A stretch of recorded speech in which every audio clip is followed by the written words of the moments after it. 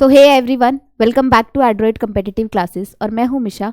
जैसा कि आपको पता है हमारा जो टॉपिक चल रहा है वो टॉपिक चल रहा है कंजंक्शन का, जिसमें हम पहली क्लास और दूसरी क्लास खत्म कर चुके हैं। पहली क्लास में मैंने आपको बताया था कंजंक्शन क्या होते हैं और उसमें से पार्ट बताए थे एंड, सो, एंड, और बट का। और उसके बाद कल की क्लास में मैंने आपको कुछ और इंपॉर्टेंट रूल्स बताए, जिसमें मैंने आपको मेन पॉइंट हाईलाइट क्या किया था। मैंने मेन पॉइंट ये हाईलाइट किया था कि जो कंजंक्शन जो टॉपिक है ना, वो पूरा सिर्फ एक चीज़ पे डिपेंड करता है। किस पे? पहला रूल तो वो ये कहता है कि अगर मैं किसी सेंटेंस में किसी कंजंक्शन का मान लीजिए यूज़ कर रही हूँ, तो फिर से एक और कंजंक्शन का यूज़ नहीं होना चाहिए। वो क्या करता है? सेंटेंस को सुपरफ्लुअस बना देता है। क्या करता है? सुपरफ्लुअस बना देता है। जैसे कि कल की क्लास में मैंने आपको एक रिलेटिव प्रोनाउन से रूल बताया था और ये कहा था कि क्या वो किसका काम करते हैं? वो कंजंक्शन का काम भी करते हैं। किसका काम करते हैं? कंजंक्शन का काम भी करते हैं। अगर मैं मान लीजिए why, who, that, which, where, इन सारे वर्डों का use as a conjunction use कर रही हूँ, तो क्या मैं इनके साथ कोई और कंजंक्शन लगा सकती हूँ, जैसे देन या एंड? क्योंकि नहीं लगा सकती, क्योंकि ये भी किसका काम करते हैं? कंजंक्शन का ही काम करते हैं। उसके बाद हमारा दूसरा रूल, इंपॉर्टेंट रूल क्या था? मैंने आपको कहा था सबके पेयर अच्छे से याद कर लीजिए। Most of the rule conjunction के वहीं से पूछे जाते हैं। जैसे कि क्या कि जैसे कल हमने पढ़ा भाई, बोथ का पेयर क्या होता है? एंड होता है। बिटवीन का पेयर भी क्या होता है? एंड होता है। फ्रॉम का पेयर क्या होता है? टू होता है। हार्डली का पेयर क्या होता है? व्हेन होता है। स्केर्सली का पेयर भी क्या होता है? व्हेन होता है। लेकिन नो सूनर आ जाए तो नो सूनर का पेयर क्या होता है? देन होता है। नीदर का पेयर नॉर, ईदर का पेयर और, नॉट ओनली बट ऑल्सो। मतलब हमको बेसिकली वो सारे पेयर अच्छे से याद करने थे। ये हमने किया था लास्ट क्लास में। आज मैं उससे आगे बढ़ रही हूँ, क्योंकि कंजंक्शन टॉपिक देखिए थोड़ा लेंदी तो है, लेकिन शॉर्ट में उसको खत्म किया जा सकता है अगर हम उसके पेयरिंग अच्छे से याद कर लें। तो आज का जो रूल है वो किस पे है? इफ या व्हेन। देखिए, इफ और व्हेन किसका काम करते हैं? कंजंक्शन का काम करते हैं। इफ वाला जो सेंटेंस है और व्हेन वाला जो वर्ड है, मतलब इफ वाला जो वर्ड है और व्हेन वाला जो वर्ड है, ये दोनों वर्ड हम किस में पढ़ चुके हैं? कंडीशनल सेंटेंस में पढ़ चुके हैं। और करते क्या है? कंडीशनल सेंटेंस क्या बताते हैं? कंडीशन बताते हैं। ये वर्ड स्टार्टिंग में भी लग सकते हैं और बीच में भी लग सकते हैं। काम किसका करेंगे? दो सेंटेंस को जोड़ने का ही तो काम कर रहे हैं, दो सेंटेंस के बारे में बता रहे हैं। तो ये काम किसका कर रहे हैं? कंजंक्शन का काम कर रहे हैं। तो क्या इसके साथ हम दोबारा से किसी कंजंक्शन का यूज कर सकते हैं? ना तो इसके साथ हम देन का यूज करेंगे, ना तो ये वाला देन आएगा, और ना तो दोबारा से हम व्हेन का यूज कर सकते हैं। मतलब ये इन तीन वर्ड्स का यूज नहीं होगा।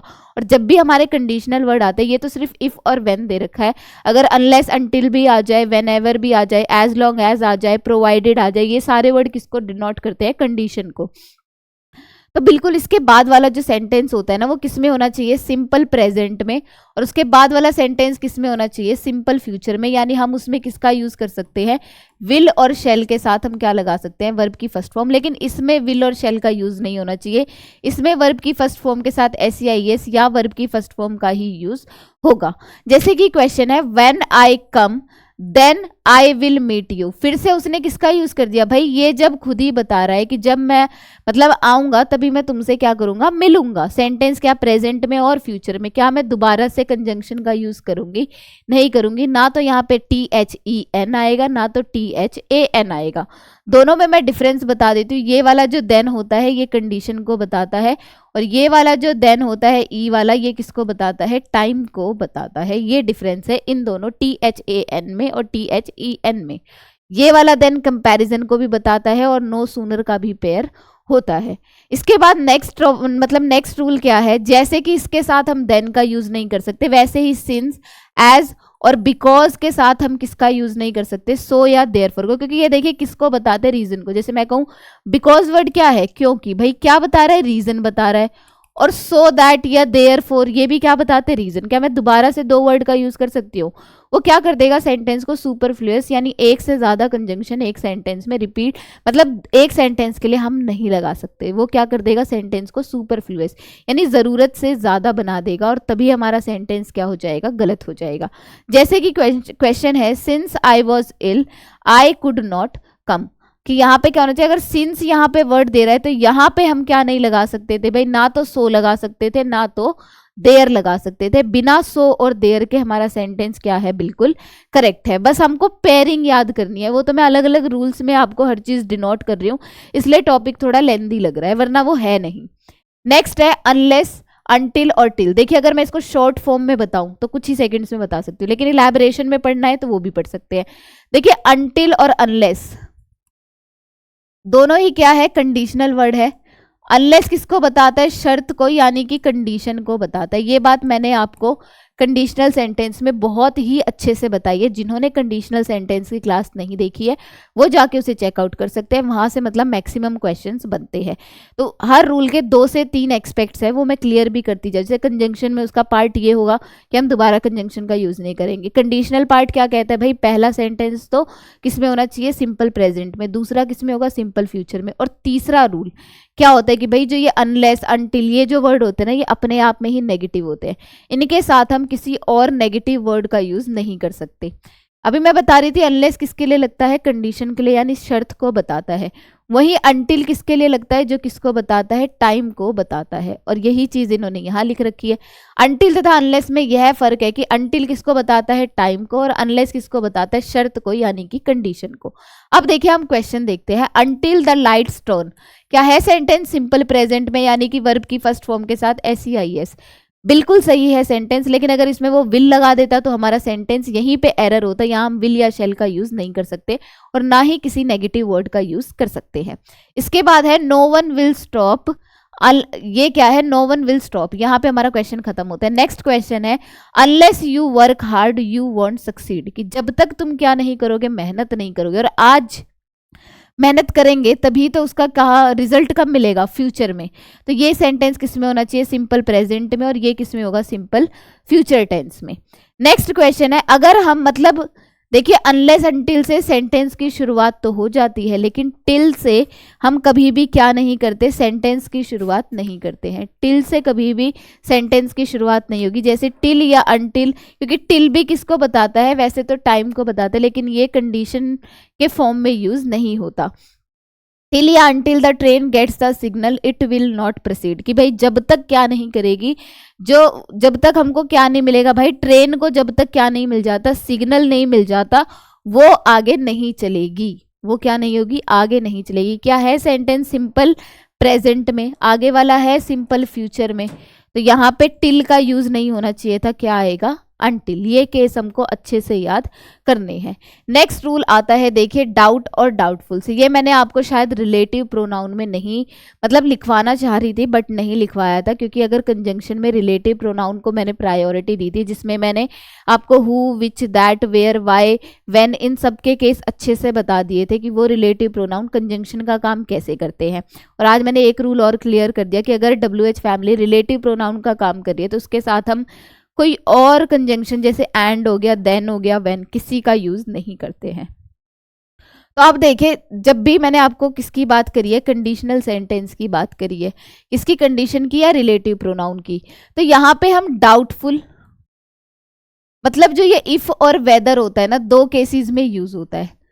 कब कब, एक तो आपको पता है जो हमने नरेशन कंप्लीट किया था उसमें, वो भी कब, जब हमारा इंटेरोगेटिव सेंटेंस यानी क्या आ रहा था सेंटेंस में, आस्क्ड आ रहा था, तब हम यहाँ पे कोमा, इन्वर्टेड कोमास को हटा के क्या यूज कर रहे थे, इफ या वेदर का यूज कर रहे थे। और इफ और वेदर का यूज हम तब कर रहे थे जब यहाँ पे सेंटेंस किससे स्टार्ट था, हेल्पिंग वर्ब से, क्योंकि WH फैमिली के साथ हम इफ या वेदर का यूज नहीं कर सकते। इफ अगर WH फैमिली से क्वेश्चन होता तो हम WH family as it is लगाते एज अ कंजंक्शन, तो वहां पे वो काम किसका करने लग जाता है, रिलेटिव प्रोनाउन का।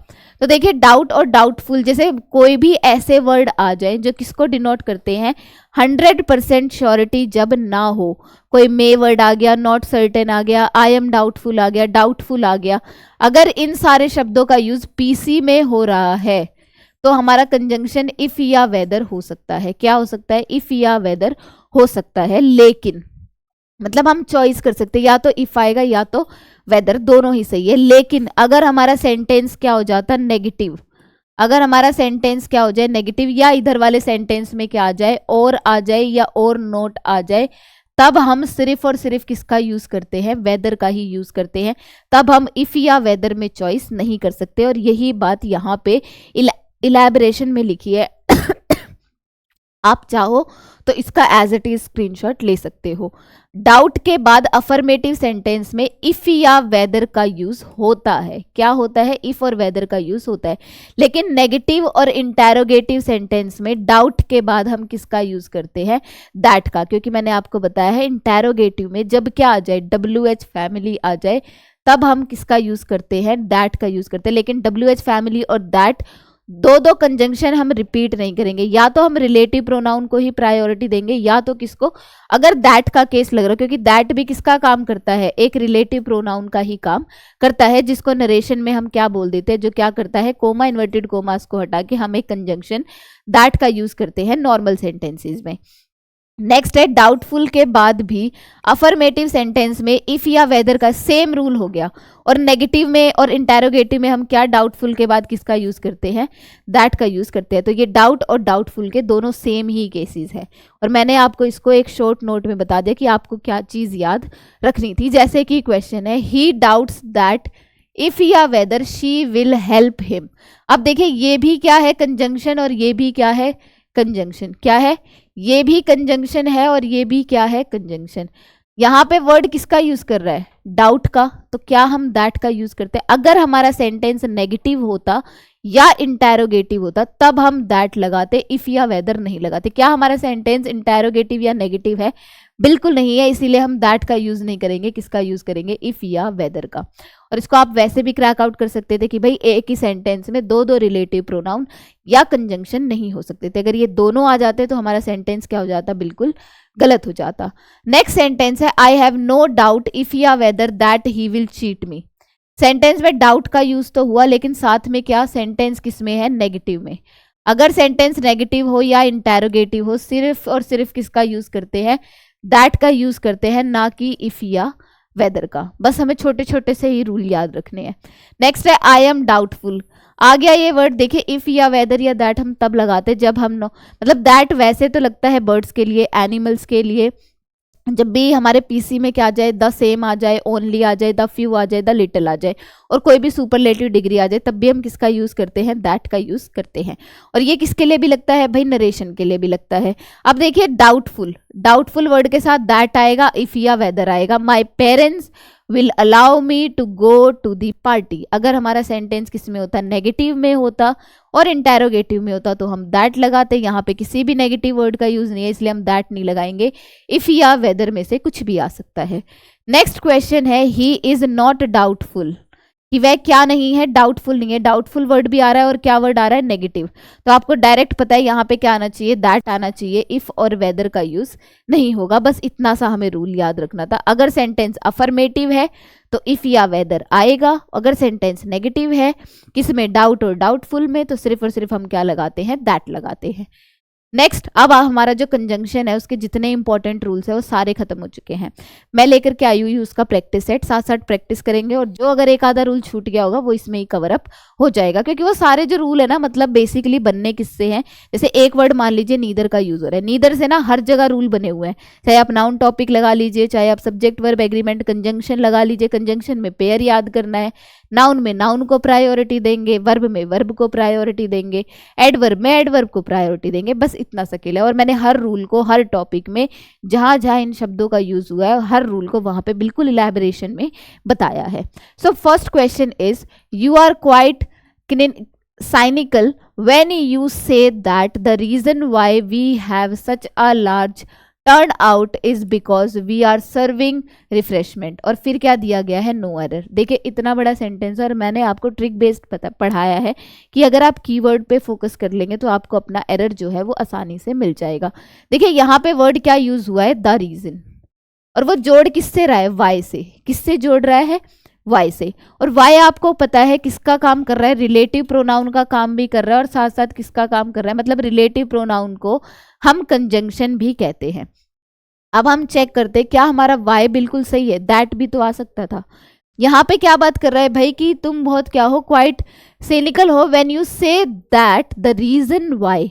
मतलब रीजन क्या बता रहा है? कारण बता रहा है, और कारण के लिए हम सिर्फ और सिर्फ क्या लगाते हैं? वाई लगाते हैं, इसलिए वाई क्या है? बिल्कुल सही है। फिर आता है क्या? Such a large turnout is because, कि भाई यहाँ पे वो बता रहा है रीजन क्योंकि ये चीज हुई थी, और यहाँ पे फिर से बिकॉज लगा दिया, ये क्या है, क्योंकि। तो भाई जब भी हमारे सेंटेंस में दो दो कंजंक्शन रिपीट हो जाए, सेंटेंस में क्या होता है, एरर या सुपरफ्लुअस। तो द बिकॉज मतलब द रीजन के साथ हम कभी भी बिकॉज का यूज नहीं करते हैं। ये है आपका पॉइंट आउट। तो इसीलिए हमारा एरर पार्ट क्या हो गया, ऑप्शन सी, जिसमें यहाँ पे क्या नहीं आना चाहिए था, बिकॉज नहीं आना चाहिए था। नेक्स्ट क्वेश्चन है that store hadn't hardly any of those goods. फिर से क्वेश्चन कि भाई ये जो स्टोर है ना, इसमें मुश्किल से कुछ भी नहीं है एनी ऑफ दोज गुड्स। अब देखिए यहाँ पे हैडंट का मतलब क्या है, हैड प्लस नॉट, क्या है, हेड प्लस नॉट। और यहाँ पे वर्ड क्या दे दिया, हार्डली। हार्डली का मतलब ही क्या होता है, मुश्किल से। जब भी वर्ड आ जाए, hardly, barely, scarcely, no, never, not, रिपेंड, ठीक है, अनलेस, अनटिल, ये सारे शब्द ऐसे होते हैं जो अपने साथ कोई भी नेगेटिव वर्ड नहीं लेते। इसलिए यहाँ पे हेड एंड नॉट की जगह या तो नोट नहीं आना चाहिए था, या तो हम क्या नहीं लगाते भाई, हार्डली नहीं लगाते। दोनों में से हमको कोई एक चीज हटानी होती। चाहे अगर मैं हार्डली लगा रही हूँ तो नोट नहीं लगाऊंगी, नोट लगा रही हूँ तो हार्डली नहीं लगाऊंगी। तो हमारा एरर पार्ट क्या हो गया, ऑप्शन बी। दोनों केसेस मैंने आपको बता दिए। नेक्स्ट क्वेश्चन है the period between 1980 to 1990 was very significant in my life. कि भाई कौन सा पीरियड उसकी लाइफ में सबसे इंपॉर्टेंट है। अब देखिए बिटवीन देखते ही हमें समझ आ गया, जैसे मैं कहूँ ये जो बात है ना, हम दोनों के बीच में रहनी चाहिए, बिटवीन यू एंड मी। तो देखिए बिटवीन क्या है, बिटवीन एक तरीके का कंजंक्शन है, और बिटवीन का पेयर जो होता है वो कभी भी टू नहीं होता, क्या होता है, एंड। और मैंने आपको कहा था 80-90% पेपर तो पेयरिंग पे ही आया हुआ है, कंजंक्शन पे। तो हमें बस पेयर अच्छे से याद करने हैं। और याद भी कैसे कर सकते थे, बिटवीन यू एंड मी। और बिटवीन एक तरीके का प्रीपोजिशन है, उसके साथ अगर हम कोई भी प्रोनाउन लगाते हैं तो वो किस केस में होना चाहिए, ऑब्जेक्टिव केस में होना चाहिए। इसलिए एरर पार्ट क्या था, ऑप्शन बी, जिसमें उसने बस पेयरिंग को गलत कर दिया था। नेक्स्ट क्वेश्चन है no sooner had the hockey match started when it began. किससे सेंटेंस स्टार्ट हो रहा है, नो सूनर से। दिख गया आपको कीवर्ड। और मैंने आपको कहा था कंजंक्शन में नो सूनर के साथ बस ये चेक कर लीजिए, नो सूनर आ जाए, हार्डली, बेयरली, स्कैर्सली, इनसे अगर सेंटेंस स्टार्ट हो रहा है तो उसके बाद हमेशा आती है क्या, हेल्पिंग वर्ब, और उसके बाद क्या आता है, सब्जेक्ट। और साथ साथ इन कीवर्ड का पेयर होता है। अगर नो सूनर आया तो उसका पेयर हमेशा क्या होगा, देन। हार्डली और स्कैर्सली और बेयरली आ जाए तो उसका पेयर हमेशा क्या होता है, व्हेन। उसने क्या यहाँ पे हार्डली, बेयरली, स्केर्सली का यूज किया है, नहीं किया, इसलिए यहाँ पे एरर पार्ट है। यहाँ पे व्हेन पेयर नहीं होना चाहिए था, क्या होना चाहिए था, देन, क्योंकि नो सूनर का पेयर हमेशा क्या होता है, देन। इसीलिए हमारा एरर पार्ट क्या हो गया, ऑप्शन बी। नेक्स्ट क्वेश्चन है she is very beautiful but intelligent. और फिर क्या दे दिया, नो एरर। कि वह क्या है, ब्यूटीफुल भी है और क्या है, इंटेलिजेंट। लेकिन वो जोड़ किससे रहा है, बट से। मैंने पहली क्लास में आपको बट, एंड और के बारे में डिफ्रेंसिएशन बताया था कि एंड बताता है सिमिलर आइडियाज को, वहीं पे बट बताता है ऑपोजिट थिंग को, और बताता है चॉइस को। यहाँ पे वो कह रहा है कि वो ब्यूटीफुल भी है और क्या है, इंटेलिजेंट भी। ऑपोजिट सिचुएशन की तो बात नहीं करी। जैसे मान लो वो कहता है कि वो ब्यूटीफुल है लेकिन उसको इस बात पे घमंड है, मतलब उसकी कोई भी बात के बारे में बात कर देता, ऑपोजिट रिएक्शन। लेकिन उसने ऑपोजिट की तो बात नहीं करी। ब्यूटीफुल भी एक एडजेक्टिव है, इंटेलिजेंट भी एक एडजेक्टिव है, दोनों सेम कंडीशन है, इसलिए यहाँ पे बट नहीं आएगा, क्या आएगा, एंड। और एरर पार्ट क्या हो जाएगा, ऑप्शन सी। बस इतना हमें चेकआउट करना था। नेक्स्ट है your success in the IAS examination depends not only on what papers you have selected but on how you have written them. कि भाई जो आपकी जो सक्सेस है ना IAS एग्जामिनेशन की, वो किस पे डिपेंड करती है, नॉट ओनली कि उस पेपर पे नहीं जो सिलेक्ट हुए, बल्कि किस पे, कि आपने जो क्या लिखा है। तो नॉट ओनली का जो पेयर होता है वो सिर्फ और सिर्फ क्या होता है, बट ऑल्सो। और उन्होंने सिर्फ क्या दे दिया, बट। नॉट ओनली का पेयर बट ऑल्सो, नीदर का पेयर नॉर, ईदर का पेयर और। ये सारी चीजें हमें अच्छे से याद करनी है। तो नॉट ओनली का पेयर क्या होता है, बट ऑल्सो। तो उसने गलती ही किस में कर दी, पेयर में। अब हम देख लेते क्या उन्होंने सेम मतलब आइडियाज को मैच किया है, क्योंकि जब भी हम पेयर से वर्ड जोड़ते हैं तो हमेशा सिमिलर आइडियाज जुड़ने चाहिए। सब्जेक्ट जोड़ रहे तो सब्जेक्ट, वर्ब जोड़ रहे तो वर्ब, ऑब्जेक्ट जोड़ रहे तो ऑब्जेक्ट। यहाँ पे दे दिया on what paper you have, यहाँ पे दे दिया on how you have written them. क्या सेम कंडीशन है, बिल्कुल है।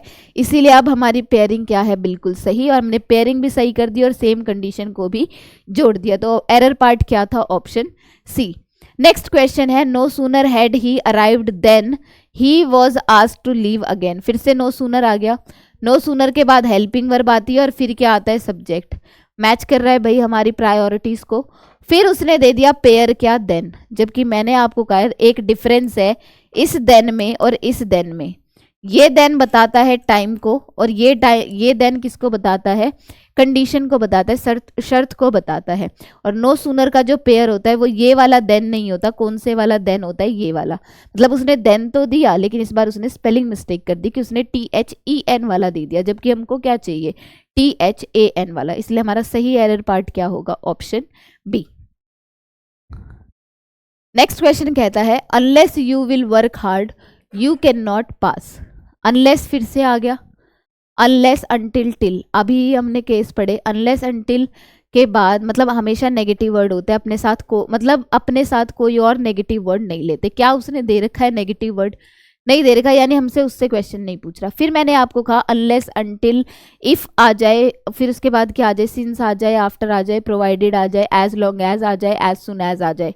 उसके बाद वाला सेंटेंस सिंपल प्रेजेंट में होना चाहिए और फिर वो किस में हो सकता है, सिंपल फ्यूचर में, यानी मोडाल्स का भी यूज हो सकता है, लेकिन ये सिंपल प्रेजेंट में होना चाहिए। इसमें इसने क्या लिख दिया, विल लिख दिया, जो किसको डिनोट कर रहा है, सिंपल प्रेजेंट को। इसलिए यहाँ पे क्या नहीं आना चाहिए था, विल नहीं आना चाहिए था, और यहाँ पे एरर पार्ट क्या हो गया, ऑप्शन बी। नेक्स्ट है no sooner she had realised her blunder then she began to take corrective measures. अब देखिए इसमें फिर से कीवर्ड क्या है हमारा, no sooner. No sooner, hardly, barely, scarcely, when, जब भी ये सेंटेंस के स्टार्टिंग में आते हैं, मैंने आपको कहा था हमेशा क्या आती है, पहले आती है हेल्पिंग वर्ब, फिर क्या आता है, सब्जेक्ट, क्योंकि ये सारे वर्ड हमेशा क्या होते हैं, एडवर्ब। ये एडवर्ब के टॉपिक में भी बताया था मैंने आपको कि नो सूनर का पेयर देन होता है, हार्डली, बेयरली, स्केर्सली का पेयर व्हेन होता है, और इसके बाद हमेशा हेल्पिंग वर्ब आती है और फिर क्या आता है, सब्जेक्ट। हमारा एरर पार्ट कहाँ था, यहीं पे था, पहले आएगा हेड, फिर क्या आएगा, शी। इसीलिए हमारा सही ऑप्शन क्या है, ऑप्शन ए। नेक्स्ट है she was not so well versed in English that we had expected. अब देखिए सेंटेंस में उसने क्या यूज कर दिया, सो का यूज कर दिया, फिर वेल वर्स्ड की बात कर रहा है और फिर कंजंक्शन वो क्या लगा रहा है, दैट। और देखिए मैंने आपको कहा था सो दैट हम किसके लिए लगाते हैं, पॉजिटिव सेंटेंस के लिए लगाते हैं, और तब लगाते हैं जब हम किसकी बात करते हैं, रीजन, मतलब इसलिए ये काम हुआ। और टू का पेयर हमेशा क्या होता है, टू, जो सेंस हमेशा क्या देता है, नेगेटिव, मतलब जरूरत से ज्यादा के लिए हम क्या लगाते हैं, टू, मतलब जितना उनको नहीं होना चाहिए था। वो यहाँ पे इसलिए की बात नहीं कर रहा, वो क्या कर रहा है, सो के साथ उसने डिग्री क्या जोड़ दी, वेल वर्स्ड है, कौन सी डिग्री, पॉजिटिव डिग्री। और मैंने आपको कहा था पॉजिटिव डिग्री का जिक्र हम दो केसेस में करते हैं, एक तो सो का पेयर क्या हो, एज, और एक पेयर क्या हो, एज का पेयर एज। ये हम यूज करते हैं पॉजिटिव सेंटेंस के लिए भी और नेगेटिव के लिए, लेकिन जो सो एज होता है ना वो सिर्फ और सिर्फ किसके लिए यूज होता है, नेगेटिव सेंटेंस के लिए। क्या है यहाँ पे, नॉट, तो इसलिए सो का पेयर यहाँ पे दैट नहीं होना चाहिए था, क्या होना चाहिए था, एज। इतना माइनर सा एरर एग्जाम में पूछा गया है। नेक्स्ट क्वेश्चन है mister Sinha my friend philosopher and guide not only stopped coming here but also going to any place which is related to his wife's life। अब देखिए हमें यहाँ पे कीवर्ड क्या मिला, एक तो एंड देख लिया कि सेम आइडियाज जोड़े गए हैं, बिल्कुल तीनों नाम है और तीनों नाम सेम सिमिलर आइडिया को जोड़ रहे हैं, इसलिए यहाँ पे एंड क्या है, बिल्कुल सही है। फिर हमको कीवर्ड क्या मिला, नॉट ओनली। आ गया पेयरिंग से क्वेश्चन, नॉट ओनली का पेयर हमेशा क्या होता है, बट ऑल्सो। चेकआउट करते हैं क्या है, बट ऑल्सो बिल्कुल दे रखा है। अब हम चेकआउट करते हैं, same idea, same subject, same verb, same object ही जुड़ना चाहिए। नॉट ओनली से वो जोड़ क्या रहा है, स्टॉप्ड कमिंग, यानी ये वर्ब और उसके बाद भी क्या दी गई है, वर्ब दी गई है। और यहाँ पे बट ऑल्सो के बाद वो जोड़ क्या रहा है, वर्ब, यानी कि गोइंग फॉर्म में, यानी वर्ब की फर्स्ट फॉर्म के साथ ING। और यहाँ पे उसने पहले V3 दे दी और फिर क्या दे दी, वर्ब की फर्स्ट फॉर्म के साथ ING। तो यहाँ पे जो नॉट ओनली का प्लेस था वो कहाँ पे होना चाहिए था, कमिंग से पहले होना चाहिए था। Mister Sinha my friend philosopher and guide stopped not only coming here but also going to any place which is related to his wife. ये हमारा करेक्ट सेंटेंस होना चाहिए। तो हमारा एरर पार्ट क्या हो गया, ऑप्शन ए, कि नॉट ओनली का प्लेस अब की बार गलत था, पेयरिंग बिल्कुल सही थी। नेक्स्ट क्वेश्चन है run fast lest you will lose the race. कि अगर मतलब तुम तेज नहीं दौड़े, मतलब आपको तेज दौड़ना चाहिए, नहीं तो आप क्या कर दोगे, आप रेस को लूज कर दोगे। और मैंने आपको एक वर्ड बताया था लेस्ट, कि जब भी लेस्ट आ जाता है, लेस्ट के साथ वो कोई भी हमको मोडाल दे वो हमेशा गलत होता है, क्योंकि लेस्ट की जो पेयरिंग होती है वो सिर्फ और सिर्फ क्या होती है, शुड, और शुड अपने साथ हमेशा क्या लेता है, वर्ब की फर्स्ट फॉर्म। और लेस्ट जो वर्ड होता है वो हमेशा वर्ड क्या होता है, नेगेटिव सेंस देता है और नेगेटिव ही वर्ड होता है। इसके साथ हम कोई और नेगेटिव वर्ड नहीं लगा सकते, no, never, not, unless, until, कोई और वर्ड नहीं लगा सकते। तो लेस्ट के साथ यहाँ पे विल नहीं आना चाहिए था, क्या आना चाहिए था, शुड आना चाहिए था, इसलिए हमारा सही ऑप्शन क्या है, option B.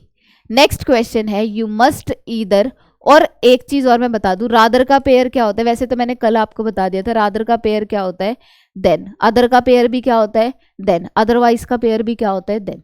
You must either work hard else be prepared to lead a miserable life. You must either, either का पेयर क्या होता है, और इसने क्या लगा दिया, एल्स, और एल्स के साथ जो पेयर लगता है वो हमेशा क्या लगता है, बट।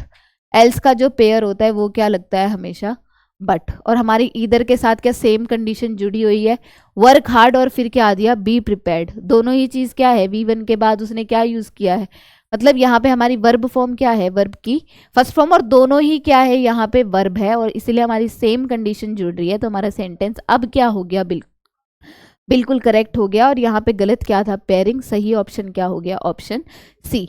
नेक्स्ट क्वेश्चन है, although these books are not useful but the students buy them because their seniors did so. कि भाई ऑल्दो, पहला ही रूल मतलब कल की क्लास का था कि जब भी ऑल्दो आ जाए, दो आ जाए, इवन दो आ जाए, उसका जो पेयर होता है वो हमेशा क्या होता है, येट होता है, ना कि क्या होता है, बट। क्योंकि बट हमेशा किसको बताता है, ऑपोजिट सिचुएशन को बताता है। तो आई होप आपको जो आज के जो हमारे स्पॉटिंग एरर है वो अच्छे से समझ आ गए होंगे। मैंने सारे रूल अच्छे से बता दिए हैं। कंजंक्शन का मेन टॉपिक यही है कि रिपीट कभी नहीं करते कंजंक्शन को, एक सेंटेंस में एक ही कंजंक्शन। दूसरी चीज़ क्या होती है, जो टाइम, मैनर, ये वाली चीज़ें इनको अच्छे से पढ़ना है। इनसे रूल जो बनते हैं, चाहे कंडीशनल का बने, एडवर्ब का बने, वो अच्छे से पढ़ना है। और साथ ही साथ कंजंक्शन के जो पेयर है वो अच्छे से याद करने हैं। सारा कंजंक्शन का खेल उसी पे है। तो आज हमारा जो कंजंक्शन का टॉपिक है वो बिल्कुल कंप्लीट हो चुका है। आपको सारे जो मतलब जितने भी रूल हैं वो सब इसमें मिल जाएंगे। तो आज का अपना टाइम देने के लिए बहुत बहुत शुक्रिया। अगर वीडियो अच्छी लगती है प्लीज़ लाइक कीजिए, सब्सक्राइब ज़रूर कीजिए चैनल को। मैं आपको मिलूंगी नेक्स्ट क्लास में नए टॉपिक के साथ। Thank you so much.